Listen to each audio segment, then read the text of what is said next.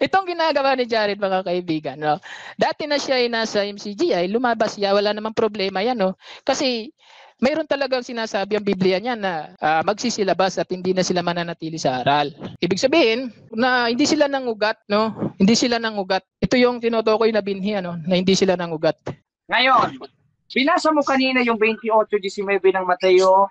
Ito ba ay referado sa Members Church of God International? Yes or no? Yes or no? Yes, ipinangaral Yes. kasi yan sa mga bansa. Ang MCGI ang nangangaral sa mga bansa, kaibigan. Next question. Kung ito ay referado sa Members Church of God International, saan mababasa sa Synoptic Gospel ni Cristo na sinabi niya ang Members Church of God International? Pag wala kang nabasa, sinungaling ka. Categorical. Mayroon. Ang tanong ko sa kanya, Synoptic Gospel, hindi sulat sa Korinto. Pag sinabing Synoptic Gospel, Marcos, Lucas, at Mateo. Okay, Huwag kang pupunta sa Korinto dahil labas na ng Synoptic Gospel yan. Huwag ka namang maipit, MCGA, ay MCGA pala. Okay, so Sa 14:37 ng unang Korinto, konsiderado ba yung Synoptic Gospel ni Cristo? At kung konsideradong Synoptic Gospel ni Cristo, meron ka bang nabasang Members Church of God International? Yes or no? Categorical. yes. Okay, mababasa natin, Jared, ano? Kasi bulag ka lang, kaibigan. Unang Korinto 10:32, mga iglesia ng Diyos, Mateo 28.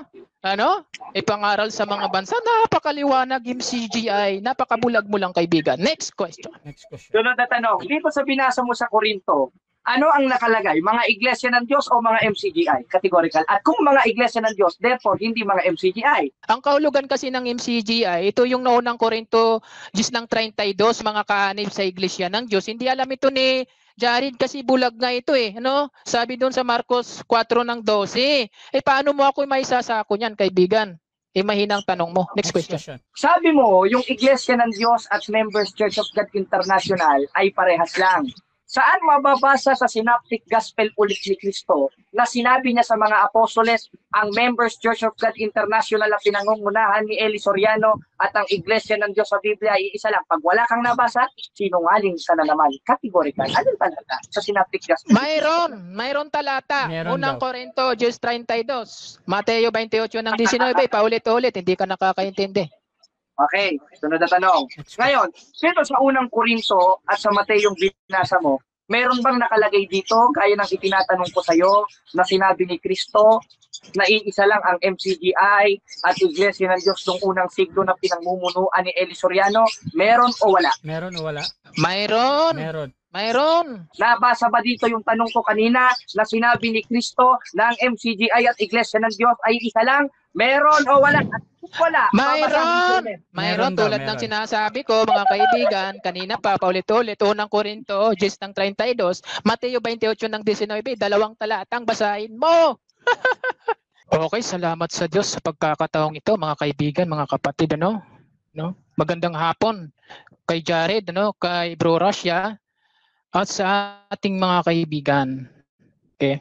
At sa mga kapatid sa Iglesia ng Diyos, pag-ibig. Ang tema, patutunayan ko ayon sa Biblia, no, na ang tunay na Iglesia ng Diyos ay MCGI at hindi Roman Catholic. Yan, ako po si kapatid na Jared Almasora na dating kaanib sa MCGI na ngayon ay pinamumunuan na nagtuturo ng katekisuran ayon kay Apostol Pablo sa 16:17 hanggang 18 ng Roma na si Daniel Rason. Kaya pag nasa MCGI ka, walang pag-ibig. Sa Biblia, mga kaibigan, inutos ng Diyos, ano, sa pamamagitan ni Jesucristo na mayroon pong tinatawag na Iglesia ng Diyos. Yun ay tinagubili ni Apostol Pablo doon sa unang Timoteo 3:7. Ang sabi ni Pablo, kung ako'y magluwat ng mahabang panahon upang maalaman mo kung paano sa mga tao ugaliin nila. Saan? Sa bahay ng Diyos na siyang Iglesia ng Diyos na buhay. Ayan, napakaliwanag, ano? Maliwanag, no, mga kaibigan? Maliwanag, Jared, na ang kabilin-bilinan ni Apostol Pablo sa mga tao, ugaliin sa bahay ng Diyos, no? O ugaliin ng mga tao sa Iglesia ng Diyos. Walang sinabi, uugaliin sa Roman Catholic Church. Walang ganyan. Okay? Ang katunayan, Jared, sa Gawa 20:28, ang iglesia ng Diyos binili ng sariling dugo ng Panginoong Hesus. No, napakaliwanag, mga kaibigan. Hindi Roman Catholic Church yung binili ng sariling dugo sa Biblia, kundi iglesia ng Diyos. Okay, napakaliwanag, ano? Ang katunayan, si Pablo tinawag ni Kristo na maging apostol sa kalooban ng Diyos at si Sostenes nating kapatid sa iglesia ng Diyos. No, mababasa yan sa 1 Korinto 1:1 hanggang 2. Tapos 2 Korinto 1 hanggang 2 din. Pati si Timoteo naging kapatid sa iglesia ng Diyos. Hindi siya naging kapatid sa Roman Catholic kasi hindi naman ganoon, na hindi naral 'yon ng mga apostol, no? Ang katunayan, no, tinatawag ito MCGI. To Jared, 1 Korinto 10:32, Mateo 28:19, no, mga kaanib sa iglesia ng Diyos, no, ipapangaral sa lahat ng bansa. Kaya tinawag ito MCGI. Kuha? Okay. Bakit hindi naunawaan ni Jared yan na iglesia ng Diyos? No? Bakit hindi naunawaan? Sa Biblia, mga kaibigan, mga kapatid, mayroon pong mga tao tulad ni Jared, no, na masasama, na gumagawa ng kasamaan. Ayan, si Jared yan. Objection, moderator. Dosin ng Jess. Objection, objection? Masama naman yata ang paratang, na paratangan niya. Wait lang. Ang karapatan niya, mag-stay sa tema. Stop the time muna. Kung sino ang tunay na iglesia ng Diyos, hindi si Brother Jared. Crush mo yata ako. Kanina ka pa Brother Jared. Okay. Aminin mo lang naman kung bayot ka. Okay. Okay, so nag-object ang ating second speaker, bro, dahil doon sa nabanggit yung kanyang pangalan. Bro, Jules, counter objection, bro. Okay, counter ako. Nasa pagpapahayag ako, Mr. Moderator. At yung sinasabi ko nasa Biblia, hindi saganang akin. Sinasabi ko lang yung nananahang na masamang espiritu kay Jared. Okay. So ganito, mga kapatid, ang ating judgment dito, ha. So, any observation sa kabilang panig, kahit nagsasabi siya dito ng totoo or nagsisinungaling siya sa moderator, yan yung parte ng presentation niya, ha. So, pwede namang magbanggit ng pangalan at nasa inyo yan, mga kapatid, kung paano nyo gamitin. So, Brother Jules, tuloy lang. Okay, nasasaktan agad si Jared, no? Bakit gumagawa ng kasamaan, no? Si Jared, ang mga tao ito, tulad ni Jared. Ito yung mga tao na pinananahanan ng mga karumal-dumal na espiritu. Yan, Jared, Marcos 5:2.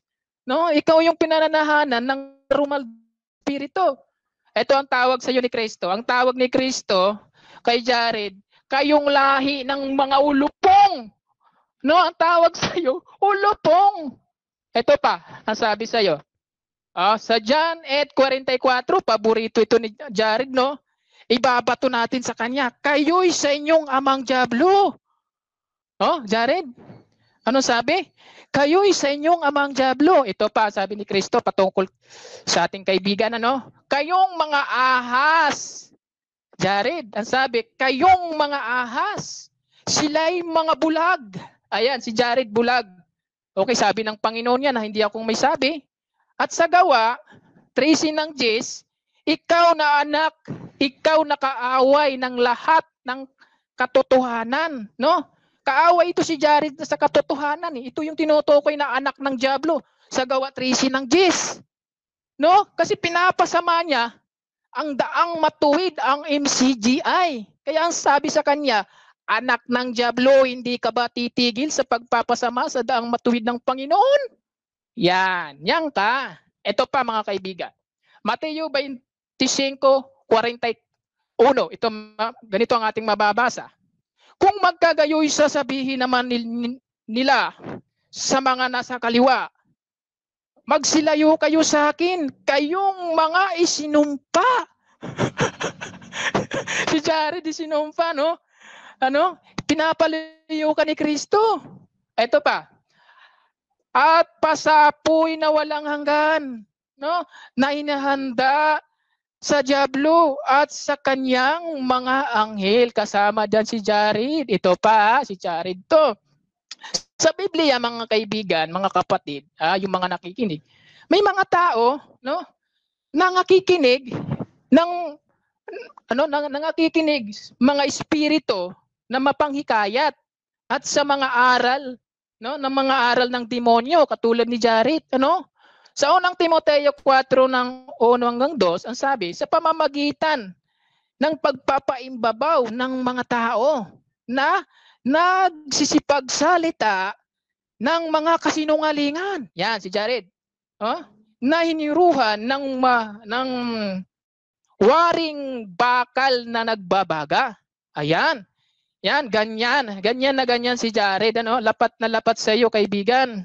Ito pa, kaibigan. Marami tayo niyan. Ito pa, sa awit, 57 ng 3, ito, lapat na lapat ito sa iyo. Iniibig mo ang kasamaan, Jared, no?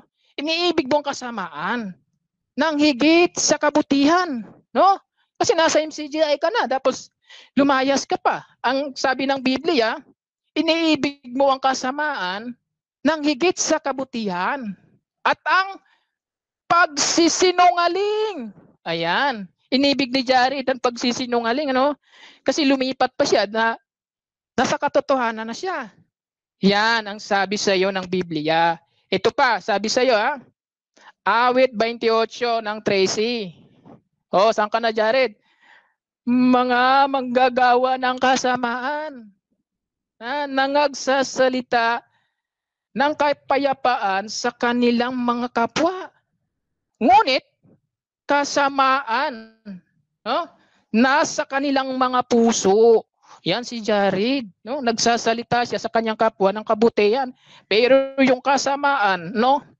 Nagsasalita siya sa MCGI ng kasamaan.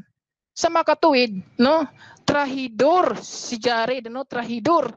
Taksil ka sa kapwa mo. Ito pa.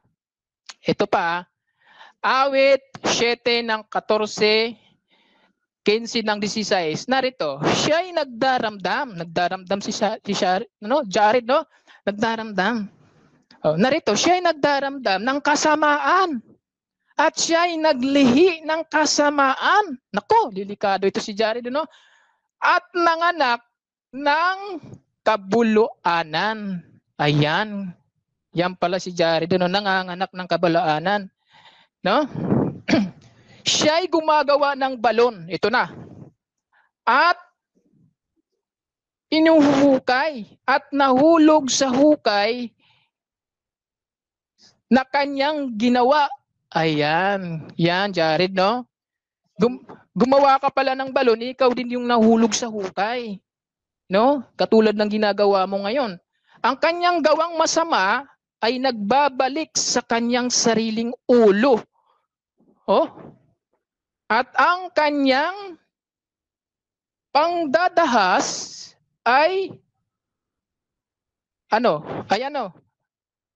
mababasa sa kanyang sariling bumbunan.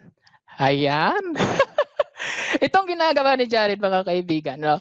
Dati na siya ay nasa MCGI, lumabas siya, wala namang problema yan, no? Kasi mayroon talagang sinasabi ang Biblia niya na magsisilabas at hindi na sila mananatili sa aral. No? Ibig sabihin, hindi sila nangugat, no? Hindi sila nangugat. Ito yung tinutukoy na binhi, na hindi sila nangugat. Time. Okay, so dyan nagtatapos, mga kapatid, ang unang pag-represent ng ating first speaker. Dako tayo sa unang pagtatanong ng ating second speaker, Brother Jared ng Roman Catholic Church. 7 minutes, your time start na. Ready ka na ba, Jules? Ready na. Tanong. Next question. Ngayon, binasa mo kanina yung 28:19 ng Mateo. Ito ba ay referado sa Members Church of God International? Yes or no? Yes or no? Yes, ipinangaral kasi yan sa mga bansa. Ang MCGI ang nangangaral sa mga bansa, kaibigan. Next question. Okay. Kaya sunod na tanong. Kung ito ay referado sa Members Church of God International, Saan mababasa sa Synoptic Gospel ni Cristo na sinabi niya ang Members Church of God International? Pag wala kang nabasa, sinungaling ka. Categorical. Mayroon. O unawain mo lang. Ito, babasa tayo. Unang Korinto, objection muna, time stop. Second speaker, ano yan?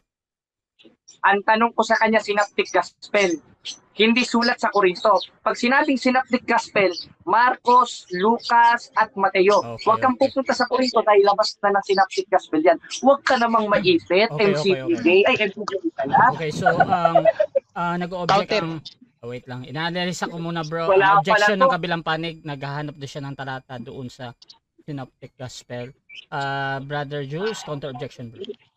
Okay, counter ko. Iisa lang naman yan. Iisa lang po yan. Utos ng Panginoon Jesus Cristo ang babasahin ko. Yan. Okay. So, ganito mga kapatid ha. Judgment ko dito, yung condition kasi ng sagot,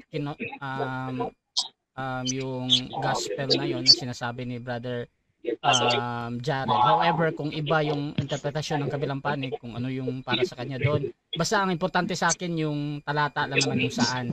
So, Brother Jules, proceed ka sa sagot mo bro. Saan bro? Okay, proceed tayo. Kasi isa lang naman yun, ano? Ang sabi ni Pablo sa unang Korinto 4 ng 37, kilalanin niya ang mga bagay na sa inyo yung sinusulat ko. Na pawang utos ng Panginoon, hindi mo alam yan eh. Kasi bulag ka, ang sabi doon sa 2 Korinto 4:4. Next question. Sunod na tanong. Sa 14:37 ng unang Korinto, konsiderado ba yung Synoptic Gospel ni Cristo? At kung konsideradong Synoptic Gospel ni Cristo, meron ka bang nabasang Members Church of God International? Yes or no? Categorical. Yes or no? Mayroon tayong mababasa. Unawain mo, unang Korinto 10:32, Mateo 28 ng 19. Objection mo na, time stop mo na. Bro Jared, anong objection bro? Ang tanong ko sa kanya, yes or no? Okay. You are under cross-examination, sumagot kang categorical. Ipit na ipit ka na eh. Magsumbong ka kay Daniel Ragot. Okay na. So, ang objection dito yung sa yes or no. Brother Jules, may counter-objection ka doon? Okay, sinagot ko nga siya ng yes, may mababasa. Ayan. Kaya lang nag-add home siya, no? Nagsa-side comment, pwede warningan mo naman siya, Mr. Moderator. Okay, so, doon sa add home, sa akin bro, as long as hindi naman nagmumura, okay pa yan ha. So kahit nagsasabi siya ng totoo doon or nagsisinungaling. So ganito bro, sumagot naman yung ating first speaker na yes daw. So tuloy ka muna sa pagsagot mo bro Jules. Okay, mababasa natin. Jared, kasi bulag ka lang kaibigan. Unang Korinto 10:32, mga iglesia ng Diyos, Mateo 28.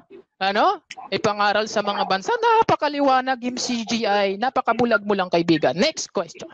Sunod na tanong, dito sa binasa mo sa Korinto, ano ang nakalagay? Mga iglesia ng Diyos o mga MCGI? Categorical. At kung mga iglesia ng Diyos, therefore hindi mga MCGI.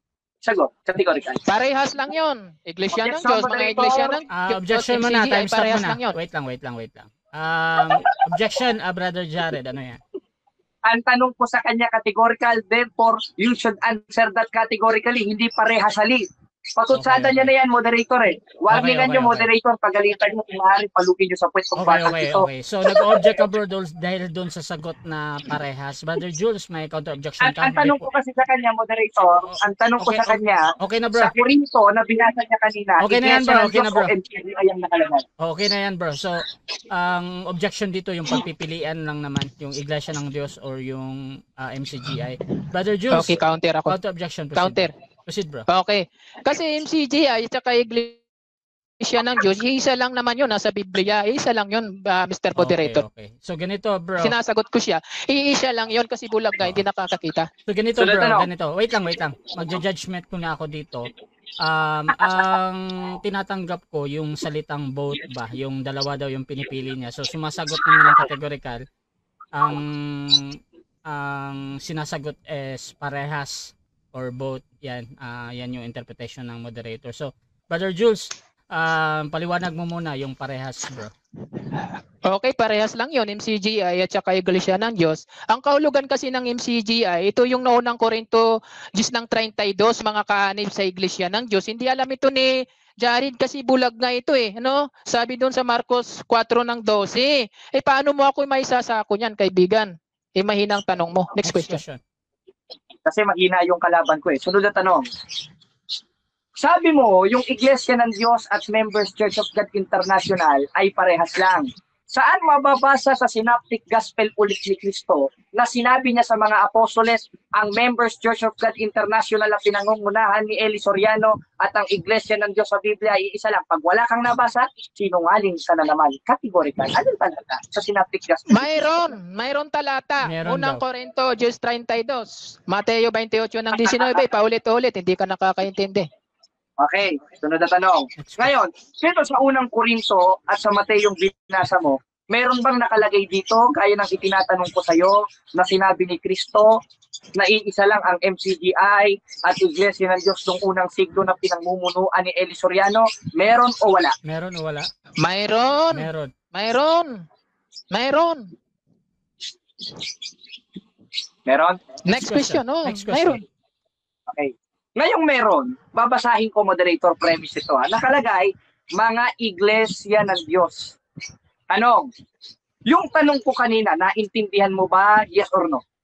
Yes, malinaw. Naintindihan ko. Kaya nga sinasagot kita ng unang Korinto 2 ng 32 tapos Mateo 28 ng 19. Hindi mo lang naunawaan kasi nga bulag ka. Marcos 12. Okay, next question.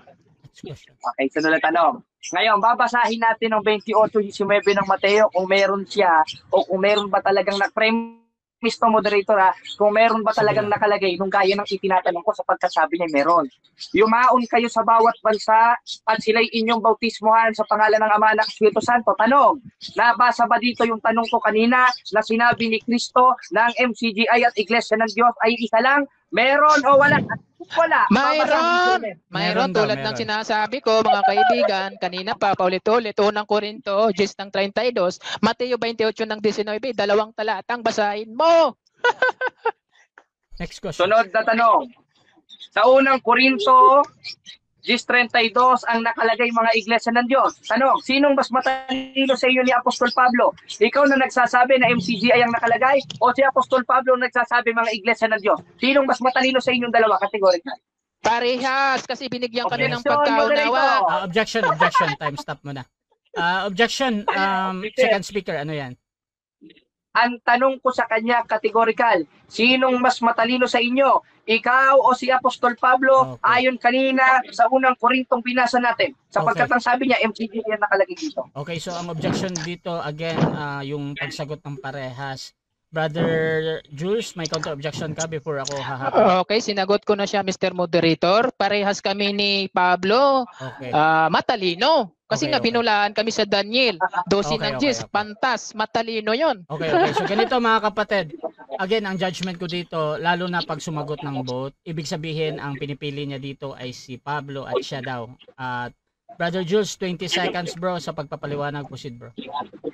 Okay, sa Biblia kasi mga kaibigan, may tinatawag na pantas o matalino ang kahulugan nun sa Daniel 12 ng Gs. At ang sabi dito sa Juan 1 hanggang 3, siya ang aming nakita at narinig ay aming ibinabalita sa inyo upang sa inyo naman ay may pakikisama. Ayan. Isako mo ako, Jared. Next question. Last 1 minute. Sunod na tanong. Ngayon, kung parehas kayo matalino ni Apostol Pablo at ang nakalagay kanina sa Gs ng unang Korinto yung mga iglesia ng Diyos, saan mababasa sa konteksto nito na sinabi ni Pablo, Members Church of God International? Meron o wala? At kung wala, at kung meron, babasahin natin. Mayroon. Unang Korinto, 10:32, Mateo 28 ng 19. Isa lang naman yun, pawang utos ng Panginoon. Galingan mo, kaibigan. Parang mahina naman ang tanong mo. Oh, hintayin mo, may. Ayan, sunod na tanong. Sa Gs32 ng Mateo, ganito ang ating mababasa. Ulit-ulit lang tayo sapagkat hindi nasasagot. Ang sabi sa Gs32 ng Mateo, ganito ang ating mababasa. Premise lang ito, moderator, ano? Ang sabi, ayan, huwag kayong magbigay ng kadahilan ng ikatitisun sa mga Hudyo man at Grego o sa mga iglesia man ng Diyos. Tanong, anong nakalagay sa Gs32 ng unang Korinto? Ayan. Naku, napakahina mo. Okay. Mute muna kayo mga Mahina bro. kasi kalaban Mute muna ko. kayo mga bro. So, dyan nagtatapos mga kapatid ang first na pagtatanong ng ating second speaker sa first speaker. So, dako tayo mga kapatid sa ating negative presentation. Pero bago yan, shoutout muna sa ating nasa live kay Yam Montejo, good afternoon daw. Shoutout din kay Eugene Galvez. The true church, Catholic Church because the founder Jesus Christ. Amen. Go Jared. Ayan, ngayon, marahil tumatawa tayo dahil sa kanyang kaignorantihan at pagsa-self-proclaim, at bukod sa pagsa-self-proclaim, ay nagkakaroon siya ng self-interpretation. Yan kasi ang hirap pag hindi ka kaanib doon sa first century church na itinayo ni Cristo, which is noong 33 AD, na tinawag na mga iglesia ng Diyos, o sa may 31 ng gawa sa Greek, Ecclesian Catholic means universal, qualifying, and referred to the Catholic Church. Ngayon, binasa niya kanina yung unang Korinto 10:32. Ang nakalagay doon, mga iglesia ng Diyos. Ang tanong ko sa kanya kanina, sinong mas matalino sa inyo ni Apostol Pablo? Sabi sila daw. Ngayon, tanongin natin si Apostol Pablo kung alin ang pinili ng Diyos. Sa 1:27 ng unang Korinto, ang pinili ng Diyos ang mangmang ng sanlibutan. Yun, nahuli ka na naman. O, di ba? Yan kasi ang pangahas sumagot. Nahuhuli ka sa patibong ko, parang ang si Lord eh. Ngayon, sunod, binasa niya rin ang 28:19 ng Mateo. Ang sabi, dahil nga dito yumaon kayo sa bawat bansa gumawa ng alagad at sila'y inyong bautismohan sa pangalan ng Ama, Anak at Espiritu Santo. Yun daw ang patunay na MCGI at yung nasa unang Korinto 10:32. Tignan nga natin kung kailan itinayo ito. Itinayo ito ayon sa Bible Compact Dictionary noong 1st century. Ngayon, kung 1st century ito itinayo, ano ang iglesia na nauna o iglesyang itinayo ni Kristo noong 1st century na refer o tinutukoy na mga iglesia ng Diyos, mga iglesia ni Kristo? Yon ang Catholic o sa may 31 ng gawa, Ecclesian Poinen o the Ecclesian Catholic. Ngayon, babasahin niya yung 43:7 ng Isayas. Mamaya, gigisahin kita dyan. Hinahanda ko lang yung mga pansit-pansitan dito. Ngayon, yung 43:7 ng Isayas, referring yan in Old Testament, not in New Testament. Bakit? Dahil wala pa namang iglesia niyan eh. Tama, merong sambahayan. Pero iba yung sambahayan na itinayo ni Kristo sapagkat di pa naman nagkakataong tao si Kristo sa 43:7 ng Isayas. Ngayon, paano natin mapapatunayan na yung iglesia ng Diyos na itinayo ng 1st century, yun ang Iglesia Katolika? Kanina, hindi siya nagtindig. Pagpasensyon yun yung boses ko sa pagkatpaos. Hindi niya itinindig yung tema. Nagpasa siya ng onting talata na yun naman ay bogus-bogus lamang na interpretasyon niya. Sapagkat wala tayong mababasa na Members Church of God International na opisyal na pangalan ng simbahan ayon sa Biblia. Bakit? Dahil gaya ng teknik ni Soriano, pag maghanap tayo ng letra por letra, wala talagang mababasa kahit sa diwa na ano, Members Church of God International. Tama, sa 3:6 ng Efeso may mga kaanib. Tanong, sino yung mga kaanib? Mga apostoles. Sino may mga koneksyon sa mga apostoles? Walang iba, ayon sa tradisyon ng simbahan, sa 2:15 ng ikalawang Tesalonika, ayon kay Apostol Pablo, yung tinatawag na apostolic succession. Eh wala naman si Eli Soriano dun eh. At ang kausap ni Apostol Pedro sa 16:18 ng Mateo o ni ating Panginoon Kristo, si Apostol Pedro, hindi naman si Soriano. Therefore, diyan pa lang sa mga talata na yan, nakikita na natin na wala talaga silang koneksyon dun sa tunay na iglesia ng Diyos na nasa Biblia, kundi self-proclaim. Ngayon, sabi niya, Members Church of God International. O, i-search natin dito sa computer. Sabi nga ni Eli Soriano, kailan itinayo ang Members Church of God International? Pakibilisan. Nauubos ang oras. 1980 bro. Ayun. Na-i-registered ang unang pangalan nila, mga iglesia ng Diyos kay Kristo Jesus, kaligid-saligan ng katotohanan. Natalo sa kaso, nilibita gugulan o ng suhay, nagpalit, iglesia niya hawa sa haha. Sunod naman, bayan ng katotohanan. Ngayon naman, Members Church of God International. Kaya ang tanong ko sa kanya, sa Synoptic Gospel ni Cristo, hindi niya alam yung Synoptic Gospel ni Cristo. Kaya papantik-bantikan lang natin, hindi na tayo maglalagay ng haligi sa diskusyon. Sapagkat naawa na ako dito sa kapatid na to eh. Hindi na tayo maglalagay ng haligi. O, paliwanag na lang natin yung sinasabi at sa diskusyon naman ito. O ngayon, binasa na yung 10:32 ng unang Korinto, 28:19 ng Mateo, malinaw na malinaw. Referado yon sa itinayo ni Kristo na iglesyang nangalat na tinawag sa Member 31 ng gawa na Ecclesian Catholic. Ngayon, ang ayon ni sa computer na who is the founder of MCGI, Eli Soriano. Ngayon, ano bang kahulugan ng founder? Nagtatag. Ngayon, kung ang nagtatag sa kanila, si Eli Soriano, therefore, itinatag sila ng tao't never mananahan sa kanilang Diyos. Kailan sila itinayo? 1977. Yung iglesia ng Diyos na sinasabi nilang inaniban, naitayo yun noong 33 AD, which is 1st century. Ngayon, kung sasabihin nilang kaanib sila doon, Umandar na yung 2nd century, 3rd century, 4th century, 5th century, hanggang sa kasalukuyan, sino yung mga namuno sa kanila? Sino yung mga naging presiding minister nila?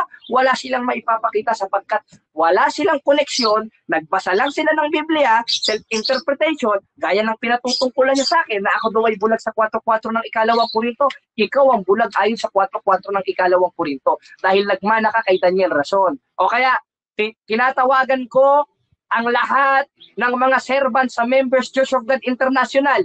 Pagalitan nyo to si Jules na taga Pampanga. Masama itong ginagawa niya, mortal sin kay Daniel Rason ito.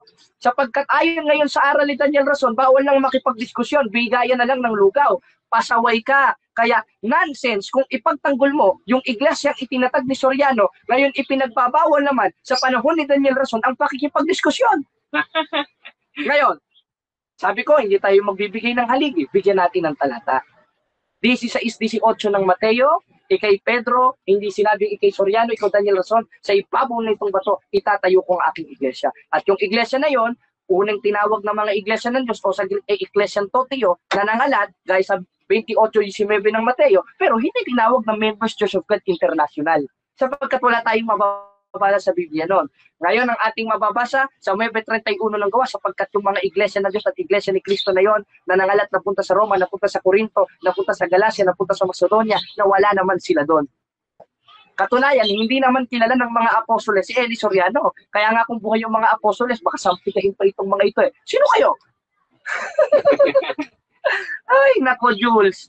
Kaya, moderator, excited na akong matanong, skip na natin. Kala ko pa naman, magaling ito eh. Proceed na natin. So dyan nagtatapos ang unang pahayag ng ating second speaker. Dako tayo sa unang pagtatanong ng ating first speaker. Brother Jules ng MCGI, your time start now. Okay.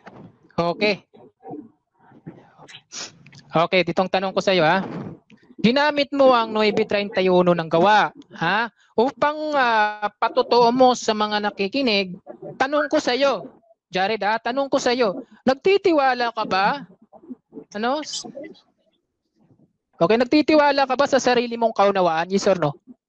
No. Bakit? Dahil unawa ng mga apostoles ito. Sapagkat ang New Testament originated, translated in Greek, na ang nakalagay, Hymen Ecclesian Katholes, na nasa Greek 3650. Na ang meaning ng word na Katholes Universal, referring dun sa itinayo ni Kristo na nangalat, kaya hindi pwedeng maging Members Church of God International yan, kundi Ecclesian Katholes means Universal, means Catholic. Next kaya, question. pag bumasa ng Iglesia ng Diyos, Sa 9:31 ng Gawa, Jared, makinig ka. Mayroon ka bang mababasa Roman Catholic Church? Letra por letra, ha? Mayroon, wala? Meron. Dito sa version ng La Sagrada Biblia na ginawa sa Grego na ang kahulugan ay Katoles. Ang sabi sa 9:31 ng Gawa sa La Sagrada Biblia, Las Iglesias Católicas Apostolica Romana, magpabautismo ka na. Hirap-hirapan mo naman. Next question. Okay. Sa ibang version ba, 1905, pwede mo bang basahin? Objection, moderator. Wala siyang karapan ng utusan ako magbasa. Okay, Ang karapatan mo magtanong, hindi mag-utos, hindi kita magulang. Okay. Brother Jules, nag-uutos ka daw sa kanya. May counter-objection ka or magre-reply? Sige. Kasi ganito yon, Mr. Moderator.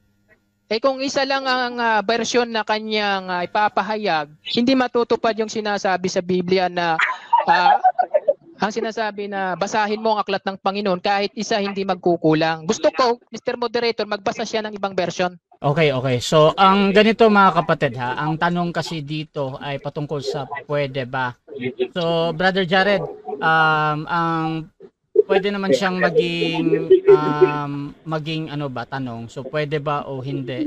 Pwede mo o hindi yung sasagutin na doon. Moderator.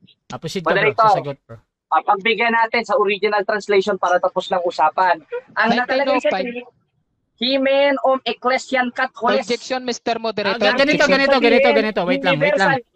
Bro, Jared, wait lang, bro. Jared, bro, Jules.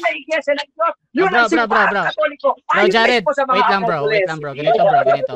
Ang tanong kasi dito, bro, yung pwede ba o hindi. Gusto ko lang madinig yung pwede or hindi, bro. Tapos, paliwanag mo kahit ano yan. Pwede. Dito proceed. Sa version ng hawak ko.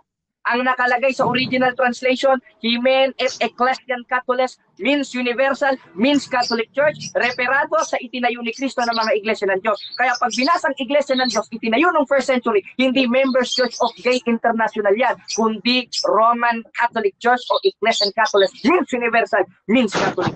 Hirap-hirapan mo naman. Time stop na, time stop ko sa'yo. Wait lang, time stop mo na. Meron pala akong tradition dito, Brother Jared, patungkol doon sa pagtawag ng mga church nyo ha. So hindi ko papayagang mabanggit yung MCGI na yung G doon is gay. Sige, moderator. Or sa Catholic naman na Katoliko, hindi ko pinapayagan yan ha. So, proceed lang, Bro Jules. Okay, tanong ko sa iyo, natatakot ka ba na mahayag yung maling aral mo? Natatakot ka ba na mahayag yung maling aral mo? Ayaw mo magbasa ng 1905? Yes or no? No, bakit? Dahil wala naman akong maling aral. Aral ng mga apostol ang binabasa ko. Mas maganda, stick tayo sa original translation, hindi sa 1905, na ang nakalagay, Hymen et Ecclesiam Catholicos means universal, means Catholic Church, na siyang hinanguan sa May 31 ng gawa sa La Sagrada Biblia na Las Iglesias Católicas Apostolica Romana na referado sa itinayo ni Kristo ng first century. Tanong ko sa iyo, Jared, makinig ka ha. Pwede ka bang magbasa ng 1905? Yes or no? Yes or no? Yes, pwede. Yes daw. Okay. O sige. O, basahin natin. Meron ako. Gawa 9 ng 31. Oh. Bibilang ako. Oh, moderator, babasahin ko na ba? Next question na bro, 20 seconds lang yan. Sige. Okay, pwede mong ulitin. Mamaya na, nauubos ang oras ko. Okay. Hirap-hirapan mo. Okay. Next question na lang sa'yo. Okay. Ang Roman Catholic ba na tinitindig mo ngayon, ay binili ba yan ng sariling dugo ni Kristo, letra por letra? Yes, ayon sa Biblia. Sapagkat yung iglesia ng Diyos na itinayo ng first century na nangalat, ayon sa May 31 ng gawa, tinawag na Ecclesiam Catholicos means universal, means Catholic Church. Kaya ang mababasa natin sa La Sagrada Biblia, Iglesia Católica Apostolica Romana, sapagkat yung iglesia ng Diyos na binigyan ng kanyang sariling dugo ng first century, yun ang simbahang Katoliko o tinawag na Ecclesiam Catholicos, hindi Members Church of God International. Next question. Okay. Sa 1905 ba, Biblia, mababasa ba dyan, binili ng sariling dugo ang Roman Catholic Church? 1905. Yes! Bakit? Basahin natin. Ingatan Sige. ninyong inyong sarili lahat ng kabilang sakawan na kayo naman ginawang obispo upang pakanin ng iglesia ng Diyos. At yung iglesia ng Diyos na yun, pinili ng kanyang sariling dugo. Nangalat, ang sabi sa Web 31 ng gawa, Ecclesiam Catholicos means universal, means Catholic Church. Yan ang ibahin mo. Okay. Nabasa mo ba sa gawa 2028 yung Roman Catholic? Huwag kang magsinungaling sa mga nakikinig. Tanong. Yes, nabasa ayon sa diwa. Bakit? Dahil gaya ng binasa mo, 34 sa isang Isayas, basahin sa aklat ng Panginoon, hindi sa isang talata ng aklat ng Panginoon. Sapagkat ang tema natin, ayon sa Biblia, hindi ayon sa 2028 ng gawa, na ang nakalagay, iglesia ng Diyos na bilhin na kanyang sariling dugo, na nangalat, na ayon sa original translation, sa May 31 ng gawa, Ecclesiam Catholicos means universal. Okay. Next question. Hindi ko sinasabi yung diwa, ha? Makinig ka muna, Jared, ha? Hindi ko sinasabi yung diwa at sa aking sarili. Ang tinatanong ko yung talatang 2028 ng gawa, mababasa ba dyan Roman Catholic Church? Moderator, ano bang tanong niya? Letra for letra ba? Okay, clarification ito. Brother Jules, ika-clarify mo ba na letra por letra ba daw? Yung yes, letra por letra yung hinahanap ko sa kanya. Okay. Bro Jared, proceed ka sa sagot mo bro, letra por letra. Ito ang sagot ko, moderator. Kung hahanapan niya ako letra por letra, anong sabi ng puno niya? Pakinggan natin, moderator, ha?